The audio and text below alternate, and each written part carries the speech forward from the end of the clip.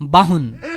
मर्दानी बाहुन, जन्मिदानी बाहुन, व्रत बन्द गर्दानी बाहुन, बिहे गर्दानी बाहुन, श्राद्ध गर्दानी बाहुन, ग्रह शान्तिमा नि बाहुन, शिलान्यासमा नि बाहुन, उद्घाटन समारोहमा नि बाहुन, एकाहा सप्ताह रुद्री आहुति जे गर्दा नि बाहुन चाहिने। खुसी हुँदा होस् या दुःख पर्दा होस् जता नि बाहुन चाहिने। न आजसम्म बाहुनले तेरो बाउ मर्दा क्रिया गर्न मलाई बोला है भनेर स्वयंको मार्केटिङ गरेको छ। न कर्म गर्न आउनु अघि टीका लगाएर दक्षिणा कति दिन्छस् भनेर सोधेको छ। न गणेश दियो कलश सिधामा पैसो कति हाल्छस् भनेर सोध्या छ। गुरु मेरोमा पूजा छ आइदिनु पर्यो भन्दै तिमीले नै बोलाइ बोलाइ ल्याउने।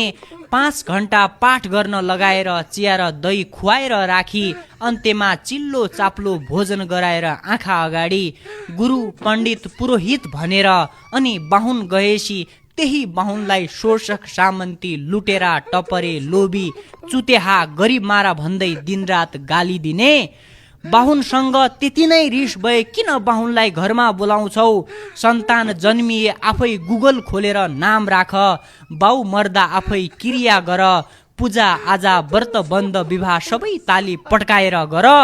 5 घण्टा खाली पेटमा ग्यास्ट्रिकले चाउरी परेको शरीर लिएर दानमा पाएको जुत्ता र कपडा लगाएर तिम्रै निम्तो स्वीकारेर तिम्रो घरमा आई तिमीले जति दिन्छौ त्यसमा खुसी भई कर्म गर्नु छ। अझ त्यही बाहुनकै खैरो खन्छौ।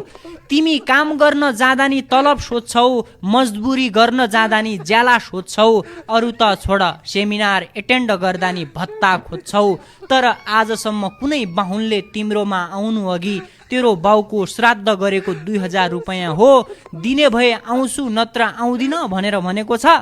बोलाउने तिमी, काम लगाउने तिमी, अनि काम गरेर तिम्रो इच्छाले दिएको मजदुरी लिएर जाँदा उल्टो बाहुनले लुट्यो रे। फेरि के दिन्छौ तिमीले? दियो कलश गणेशमा 5-10 को नोट हुन्छ।